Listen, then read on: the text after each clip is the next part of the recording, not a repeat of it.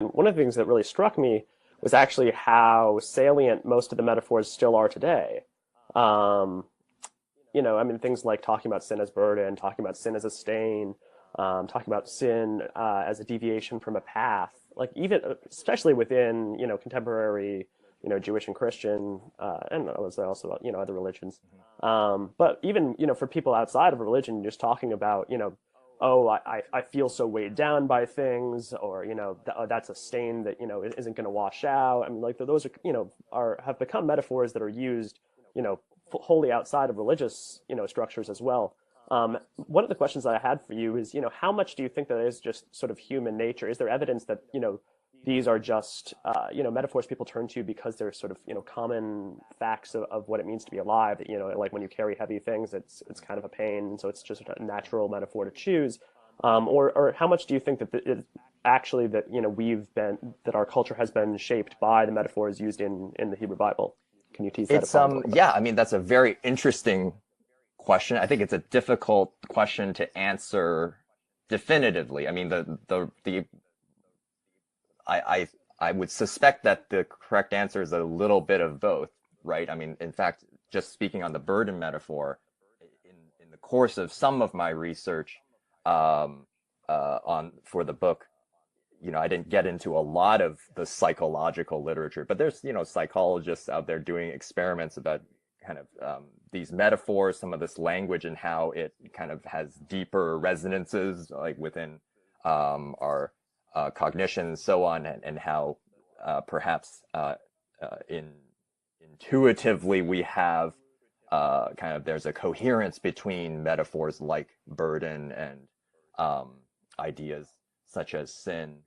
But I would also say, I mean, a lot of it simply has to do with the legacy of these texts within our Western culture, and, culture in general. I mean, millions of people still read these texts.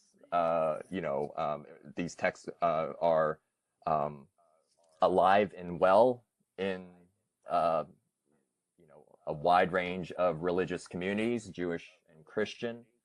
As these texts get read and reread, some of these metaphors, right, because the metaphors I identify, they're pervasive. They show up everywhere in the Hebrew Bible. It's not just one, poem, one phrase in a particular text, but these are metaphors that recur over and over.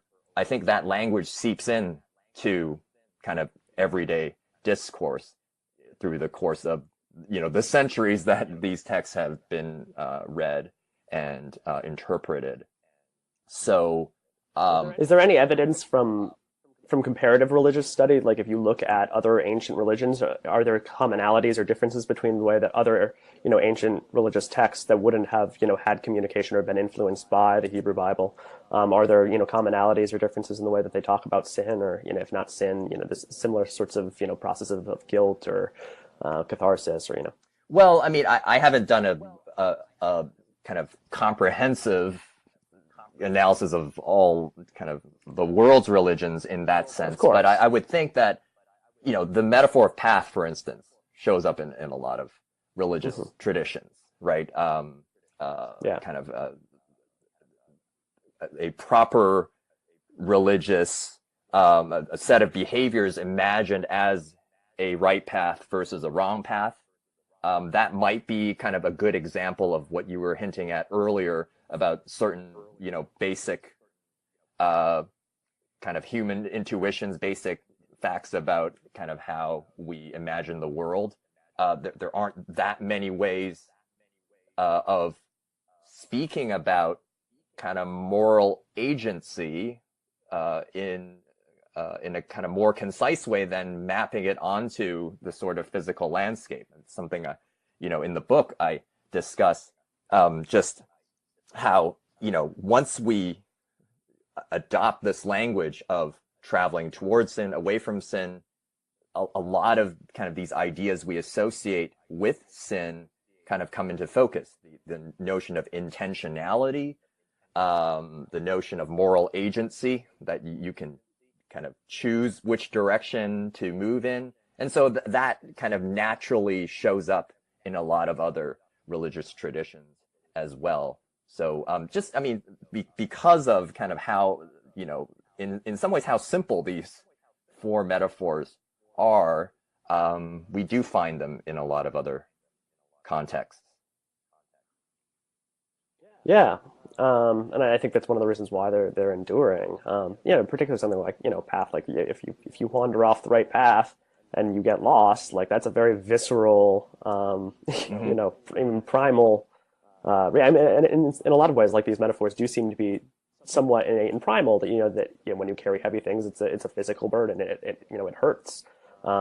We do seem to have a real preference for when things are clean, Mm. when things are really, really messy. I think most people, or very, very badly stained. If there's a big stain in the middle of a white canvas, like people don't react to that Right. super well. And not because we've been, conditioned or trained, but I think that there is some sort of just innate preference towards when things are nice and clean and whole and Yeah. aesthetic. I mean, that there's a reason why we have similar aesthetics throughout history. So I think that was one of the things that was really interesting to me is, how much some of these may have endured simply because there is some fundamental Hmm. quality to being human. Hmm. Yeah, that Um, on the stain and purity point. I mean, I got some of that from Paul Ricoeur, the insight from his book, The Symbolism of Evil. I think it's a very key insight that metaphor in particular, that there's almost a pre-rational sense to it. That when you label something a stain or something impure, it it almost it almost just forces a reaction right from you, uh, apart yeah, from kind of whatever rational arguments you would want to offer about whether this is a right behavior or wrong behavior. No, that's impure. You're stained. uh, you react to that language in a way that maybe not may not be true of some of the other metaphors. So it's visceral. yeah, very much so.